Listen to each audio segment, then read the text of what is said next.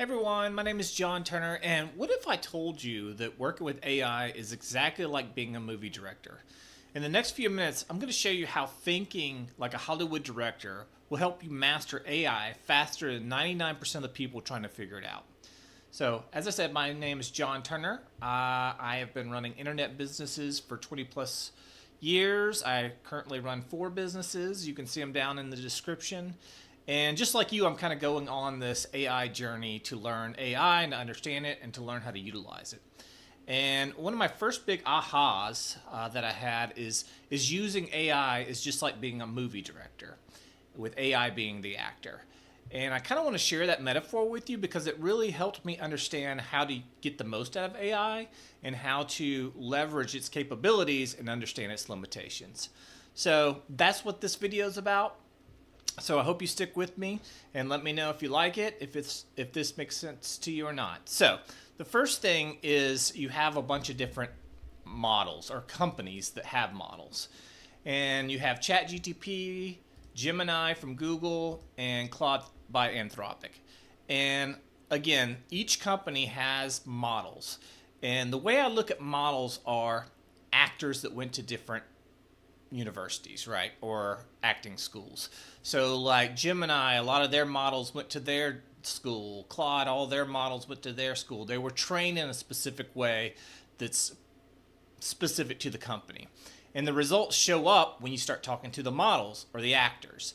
So again, these are kind of the nuances, and a lot of people say, which is the best model? Well, really, all of them through my testing are extremely capable. And sometimes if you have to ask a question to ChatGPT, it'll get it right. Gemini will get it right. And sometimes Claude will get it right. My favorite right now is Claude. And I like it because of the company and what they stand for. They're really invested in AI safety. So I'm going to use Claude to show you a lot of these examples. But again, I want to stress that each one of these is a very capable actor. It's just they went to a different school, and whichever performance you like is kind of up to you. So that is the first example I want to give you, is that each company, think of it as like their models as being different schools, and each one will deliver a different performance. So the next thing I want to talk about is actually talking to the models or the AI. When you talk to them, again, you are the director, and basically the model or the AI is the actor, and it will do whatever you direct it to do within its guardrails. So let's take a quick, let's just type on it a little bit, and I'll kind of show you the difference here. So we'll just say like, why is the ocean salty? All right, and we'll ask this to all 3 models. And you'll see here that what's going to happen is each one will respond in a slightly different way, but give you basically the same information. So this one here, it's very kind of conversational. It's a bunch of paragraphs, and it'll tell you basically why the oceans are salty, okay? The next one, let's ask Gemini, and this one will respond in a different way. Again, it'll kind of break it down into bullet points, and it'll give you a breakdown of why the oceans are salty. And finally, let's ask ChatGPT. So we'll say, why is the ocean salty? And again, it will answer it in its unique way. Now, again, all this is basically the same information, but it's presenting it to you in a different way. And that's kind of how I think about it in my head. These are each actors, and each one is performing a script that you give it in a different way.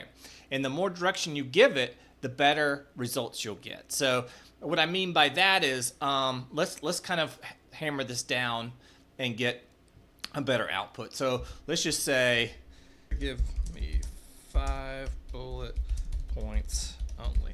So now we're directing it to only give us 5 bullet points, and let's see how it reacts now. So this one, again, has kind of whittled it down. This one, same thing. And then this one should give it to us in bullet points as well. Okay, so again, we can continue to refine this and get the exact output that we want. The key when using AI is to understand what you want, the final result. And then you kind of work backwards at getting that final result. So you think about how you want it to talk to you, the results you want. and always verify the results because these things can hallucinate, and I'll show you that here in a second. Okay, so again, the more direction you give it throughout the chat, the better answer you'll get. Now, again, a lot of people say, when do I need a new chat? When do I stay on the same chat? So if you go to a new chat, if we were to start a new chat here, it would remember nothing about the previous chat. So think of each chat as a new actor that you're going to talk to and you're going to give the script to, and it's not going to know anything about the past auditions or performances. If you do want it to know about the past auditions or performances, use the same chat window. You can continue to have a conversation and it will remember. Now, sometimes if these get too long, it'll run into limitations. You can also use projects within these. Each one of these companies have projects, and I'll discuss that more in a different video.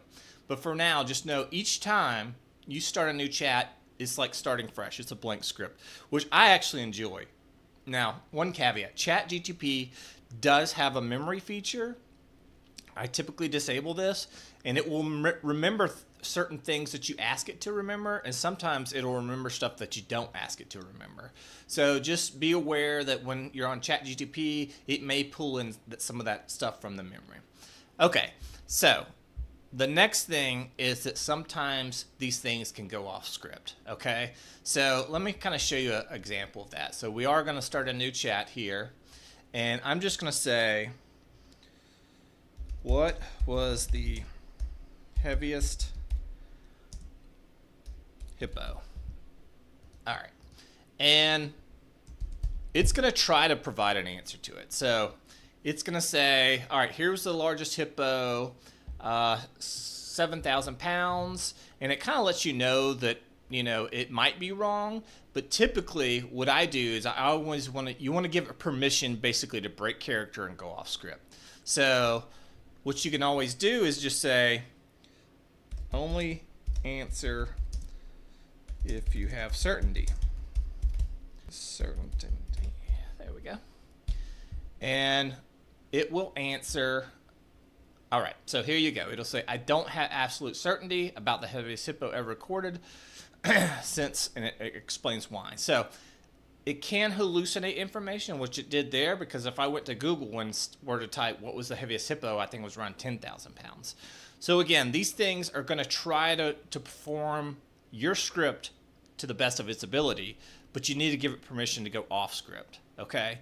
And again, if you're not getting the answer you want to give it more direction. So it's just back and forth, back and forth. So hopefully that makes sense to you. If you like this is my first video. Like and subscribe. I'll have a lot more videos and kind of share my aha moments and journey as I discover AI and what it's capable of and share it with you. All right?